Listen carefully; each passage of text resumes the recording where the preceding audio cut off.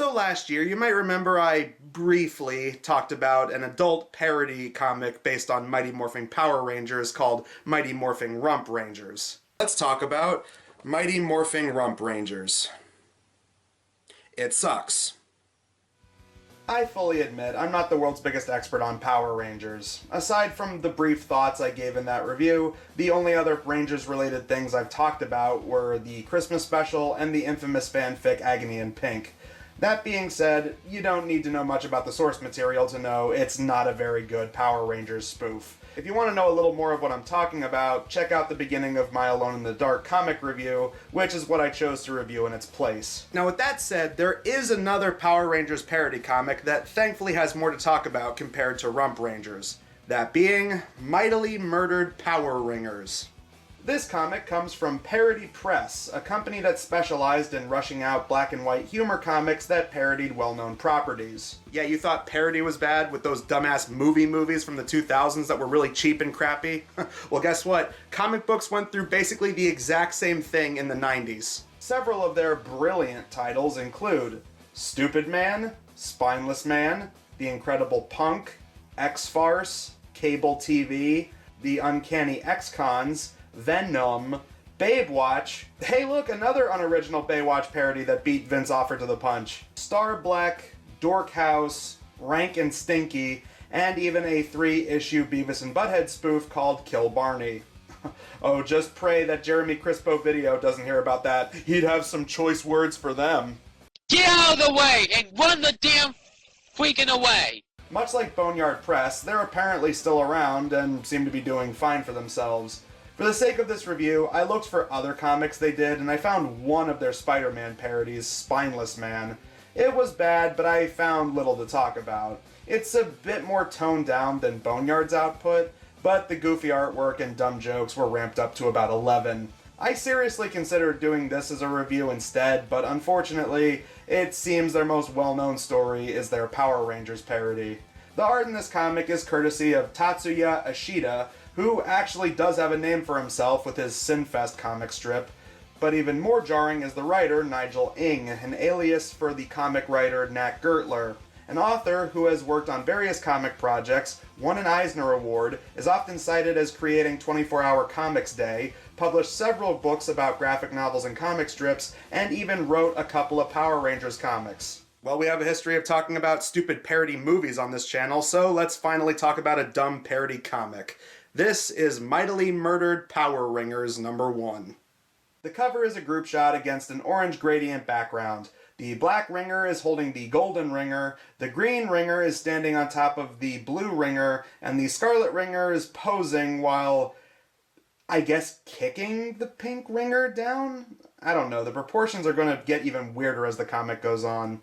The story proper begins by laying down the parodies of the original Power Rangers lineup. The Blue Ringer with the power of Spielberg, Scarlet Ringer with the power of Godzilla, even though it was the Green Ranger that was in control of the Dragon Zord that you could say was similar to Godzilla. The Golden Ringer with the power of positive thinking, because satire? Again, I might not be the world's biggest Power Rangers expert, but was Trini any more of a typical do-gooder compared to the rest of the Rangers? Oh wait, is that the excuse to have her costume have an exposed brain on the helmet? For that matter, why didn't they give that to the Blue Ringer? Billy was supposed to be the nerdy brainiac of the group, right? Anyway, there's the Pink Ringer with the power of Dino, the Black Ringer with the power of Barney, and the Green Ringer with the power of Attorney. Because talent. You seriously couldn't resist making that pun, could you? You really thought that it was so clever to give him power of attorney, you couldn't even think of any other pop culture dinosaur thing to go in there? All of them posing with the tagline, Teenagers with Ineptitude, meant to spoof the Teenagers with Attitude slogan from the show. We see the Ringers in a typical Power Rangers scenario, out in the desert and about to engage in a fight with the Putties, the useless minions of the main bad guy at the time, Lord Zed. I thought I saw a putty. That's silly. No, it wasn't a silly putty.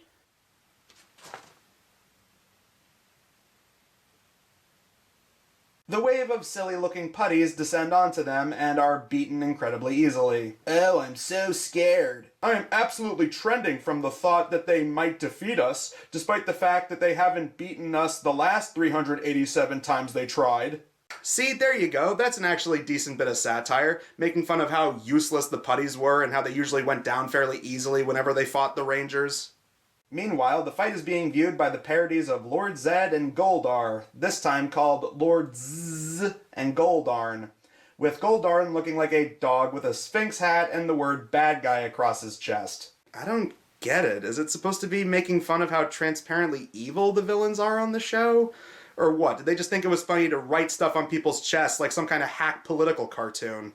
Oh, and you better get used to that. They keep changing the thing on their chest every other panel. Because it was such a funny visual gag the first time, naturally it'll be funny the 30th time you did it. Those Power Rangers are beating my putties again. Why aren't they terrified? Maybe because nobody finds putties scary. I can't stress this enough. I'm not the world's biggest Power Rangers expert, but from the little I've seen of the show, I don't think the putties were ever meant to be scary. I think they were just supposed to be faceless foot soldiers for the bad guys to go up against the heroes.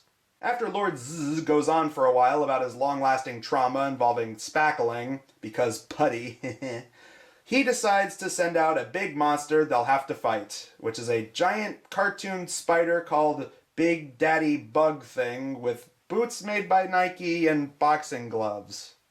I don't know. Ew, a spider, ick. Ew, a spider, ick. Ew, a spider, ick. Observe an arachnid, ick. Wait, shouldn't the blue ringer be the one saying that? Again, Billy was supposed to be the stereotypical brainy nerd of the group, so wouldn't he be the one that says something like that, not the Scarlet Ringer, the obvious Red Ranger parody here? Let's call our Zors. Why don't we ever do that when the putties show up? I mean, we know when a monster is on the way.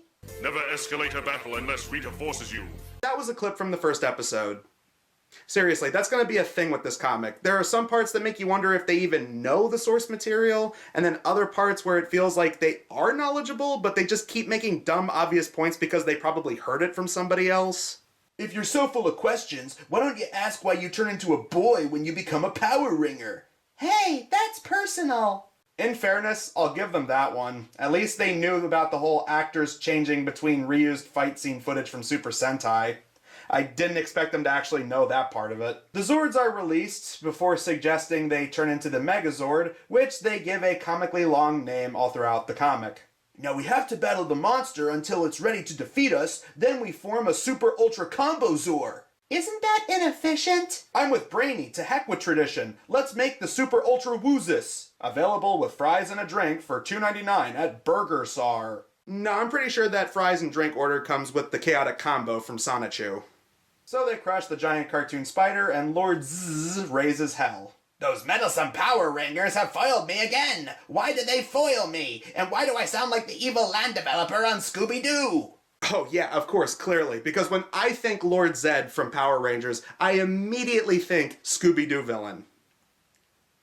Goldar points out the painfully obvious and acknowledges the Ringers are just high school students in their civilian lives. When Lord Zzz asks why he never told him this information before, he responds with the simple, "You never asked." So Lord Zzz says they'll find them when they're out of costume and do away with them when they least expect it. Is that fair? Who cares about fair? We're evil! Wow, you're good at that.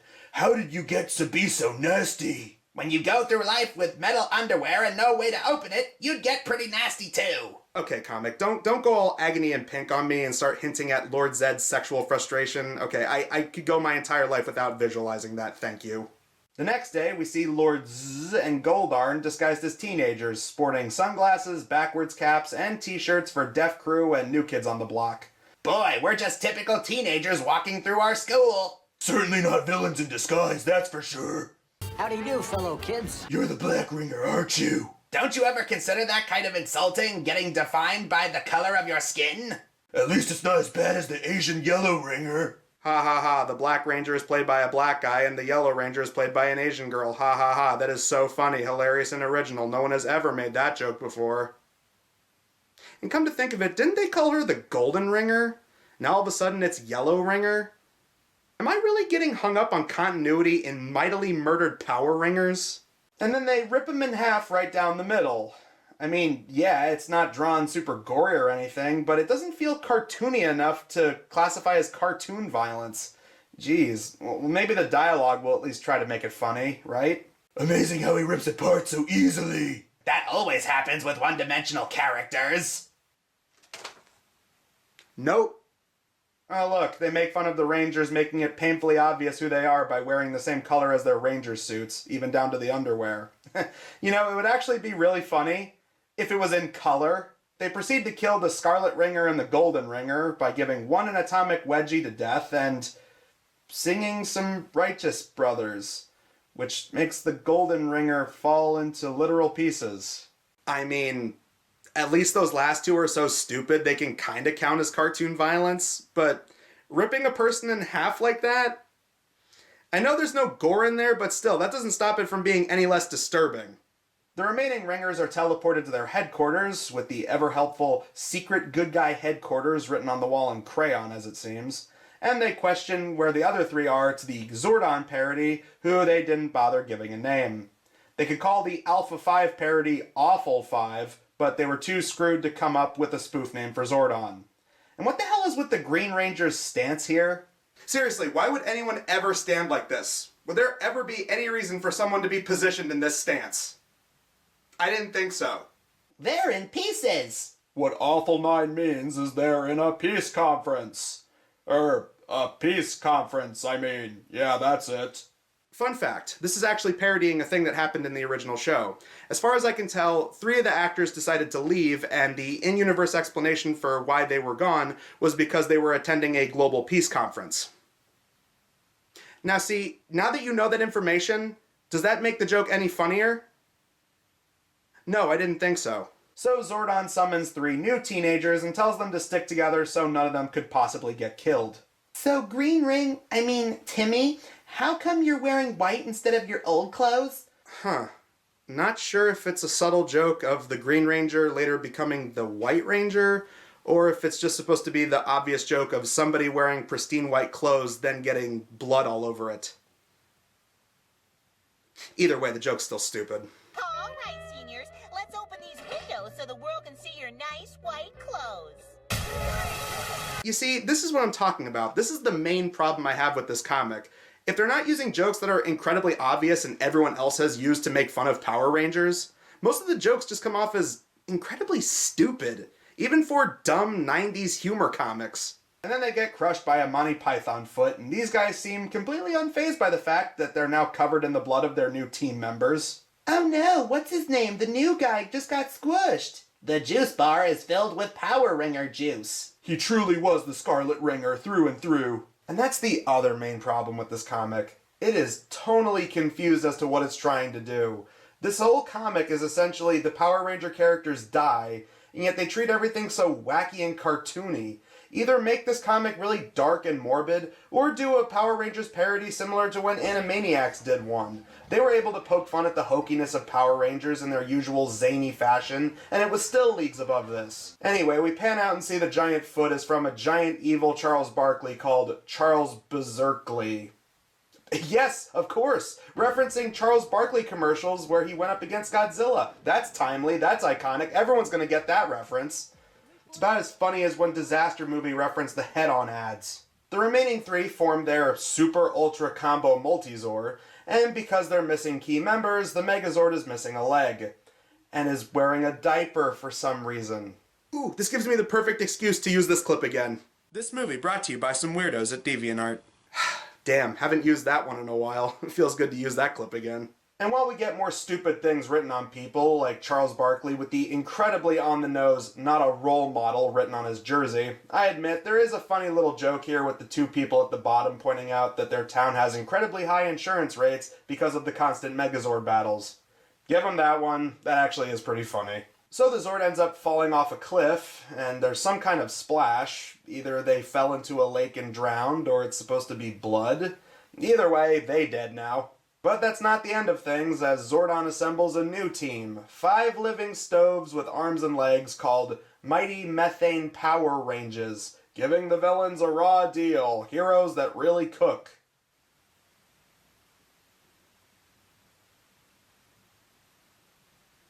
And then Lord Zzz takes them out by simply spraying them with the Super Soaker.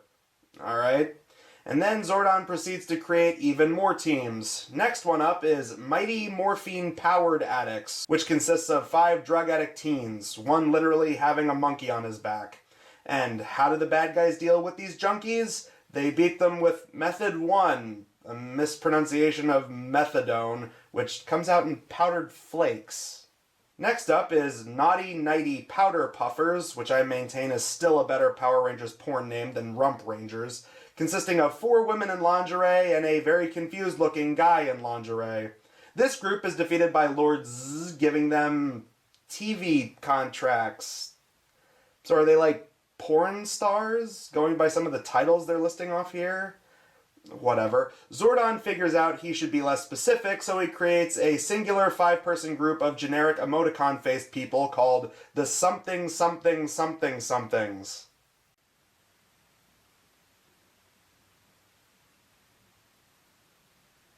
That is until a Ninja Turtle in a suit steps in, telling Zordon that his name is infringing on the trademarks of the firms of Angelo, Tello, Nardo, and Fiel. Yes, because clearly Power Rangers was a ripoff of Ninja Turtles, simply because they had very long titles that were very abstract and vaguely martial arts themes attached to them. Oh, just wait 3 years and you'll actually get a Ninja Turtles crossover with Power Rangers. Hell, wait 2 decades and you'll actually get a pretty good series of crossover comics between Ninja Turtles and Power Rangers. And thus the comic ends with Lord Zzz teleporting in and meeting Zordon face to face. In fact, I've given up my plans for world conquest. Instead, I've sworn to dedicate my life to wiping out whatever force you send against me. Well then. I guess I won't bother sending anyone against you. Drat. Oh, that's great. That's just cute. Yeah, we end on a speech bubble coming from the wrong character when there are just 2 characters in the frame. So that was Mightily Murdered Power Ringers, and yeah, this really sucks. The jokes are either really obvious or have been done a million times over. The artwork is really cheap, even for a dumb humor comic, often resulting in mistakes with the word balloons. It's a very surface-level spoof of Power Rangers at best, sometimes feeling like they did the bare minimum of research, or just rehashed jokes that everyone else has made about the franchise. Which is insane to think about since the guy who wrote this actually wrote Power Rangers comics in the first place. But the biggest sin here is the tone is completely all over the place. It feels like they should have made it a harsher dark humor comic if they wanted to make it a story about the Power Ranger characters dying, or just make it a wacky, zany, over-the-top play on how silly, cliche, and ridiculous the whole show is. If there's any backhanded compliment I could give this comic, it gave me more to talk about compared to Mighty Morphing Rump Rangers. That's something, right? Well, it seems parody movies are at least making a big comeback. I really enjoyed the Naked Gun reboot that came out last year, and just earlier this week we got the trailer for this. What the?